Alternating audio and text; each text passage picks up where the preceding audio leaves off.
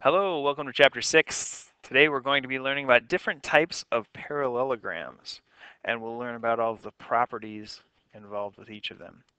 First off, we're going to sketch a parallelogram. Now, a parallelogram has two sets of opposite sides that are parallel. That's not the best sketch, but it's just a sketch, doesn't need to be perfect. So these are parallel, and these sides are parallel.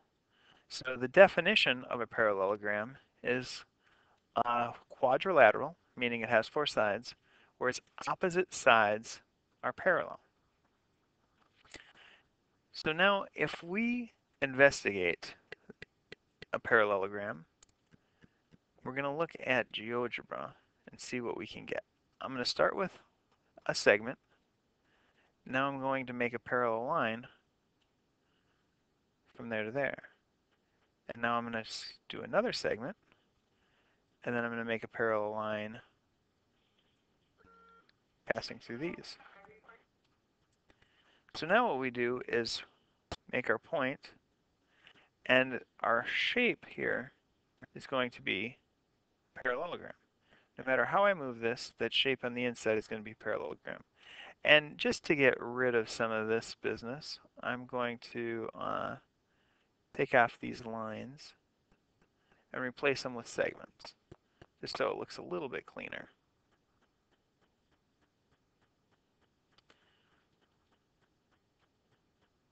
Alright, so if you look, as I move this around, all of these are parallelograms because the opposite sides are always going to be parallel. So now if I measure the angles here, oops, take that one off. We're going to take that side and that side. And then we're going to measure this side and that side. This might be a little hard to see, so I'll make numbers a little bigger. But hopefully you can see that that's 40 and about 140. So hopefully you can see that these two will always add up to 180 degrees. Now if I look at my other angles, this is 139 and this is 40. Here you can see the opposite angles are both going to be congruent. And if we looked at the opposite sides, that side is 16.68 and that side is 16.68, 7.04 and 7.04. So those are going to be congruent. So we have opposite angles congruent, opposite sides congruent, opposite sides parallel, consecutive. Two angles in a row are supplementary. Now there's one other property we need to learn. And if I take my diagonal, and the diagonal is a line that connects from a point to, or from a vertex in the quadrilateral to another vertex, as long as they're non-consecutive sides. So these are the two diagonals in a parallelogram. And if I measured the distance between D and F and D, hopefully you see that they're the same measures. Same with if I did FE and FA, those are the same measures. So diagonals are going to bisect each other. So these are the 5 properties of parallelograms. Opposite sides are parallel, opposite angles are congruent, consecutive angles are supplementary, opposite sides are congruent, and diagonals bisect each other. Now if you're taking notes, you should pause this so you get all of those down. So as I go through this problem, pause it first, see if you can find the variables, and then play it to see if you got it right. So if this is 52, this opposite side is going to be 52. If I subtract from 180, this would be 128. So this one would also be 128. Now to find side lengths, again, pause it to make sure you're doing these right. This opposite side is going to be 15. 8 is opposite of 8. Now this gets a little bit more complicated. I'd try to pause it and see if you can go through it. If we want to find our values for x, y, and z, we know if that's 125, this is 125. If this is 30, this one over here has to be 30. So if I want to find y, I add these up, 155, subtract from 180, and I get 25. All right, if I want to find z, there's a few ways we can do it. If I subtract from 180, this would be 55. Add these up and you'd get 100. 180 minus 100 would give us 80 degrees. All right, now we're going to look at a rhombus. A rhombus is just a parallelogram where all of the sides are the same length. So all of these are exactly the same length, and they're also parallel. So those two are parallel, and those two are parallel. So what do we know about a rhombus? So I'll come up here, and if these are exactly the same length,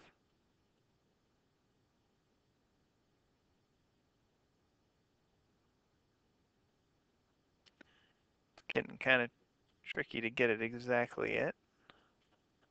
If I move this one, that might make it easier on me.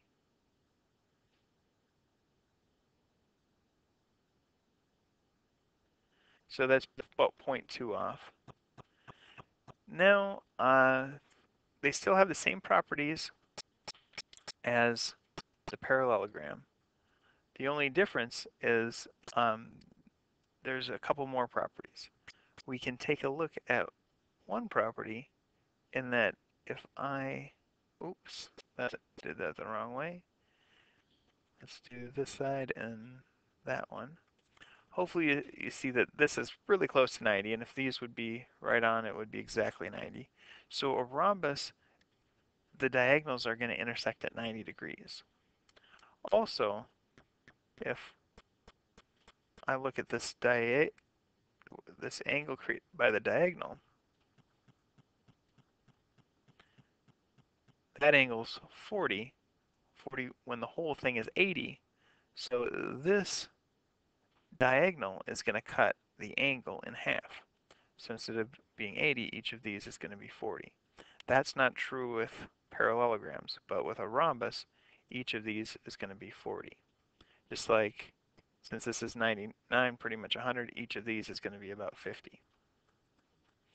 All right, so if we look back, the additional properties for a rhombus, the diagonals of a rhombus are perpendicular bisectors, and the diagonals of a rhombus bisect the angles.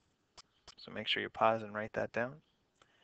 Now rectangles, we're not going to spend a lot of time with rectangles because it's something that I think people should know about. A rectangle is each of the angles is going to be 90 degrees. Now the other property is actually a really functional property to know. Diagonals of a rectangle are going to be congruent. So these two diagonals are congruent. Now a lot of contractors, when they're building, they want a rectangular room or a rectangular wooden object. They can measure this length, they can measure this length, they can measure this length, and this length, but they have no idea if it's slightly off like this. And a lot of times it is. So what they do is they measure the diagonals and see if those two angles or two distances match. And if they do, then they know it's a rectangle. All right, so now let's find the angles in this rhombus. If this is 40, we know y is 90 because the rhombus always meets at 90 degrees. So if that's 90, this is 90. So add those up, subtract from 180, and that one's going to be 50. Also z, since these are parallel lines, 40 and 40 are alternate interior angles. Now a square is both a rhombus and a rectangle. We can say it's an equiangular, meaning equal angles, rhombus, or it's an equilateral, rectangle. So a square takes on all the properties of everything we've learned so far today. Now, there's some things that are easy in a square. Say if we take this side, that's going to be 90, 90, and the angle is going to be 90, and if this bisects it, this is going to be 45. So all of these angles around here are all going to be 45. Now Z is a side length. Now to find this side length, we know this is a 90-degree angle. So if this side's C, this side also has to be Z.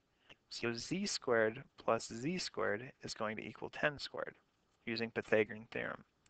So Z squared plus Z squared is 2Z squared, and that's going to equal 100. If I divide by 2, Z squared is going to be 50. And now if I square root it, that's going to be like 7.1-ish, close to 7.1. So that's about 7.1.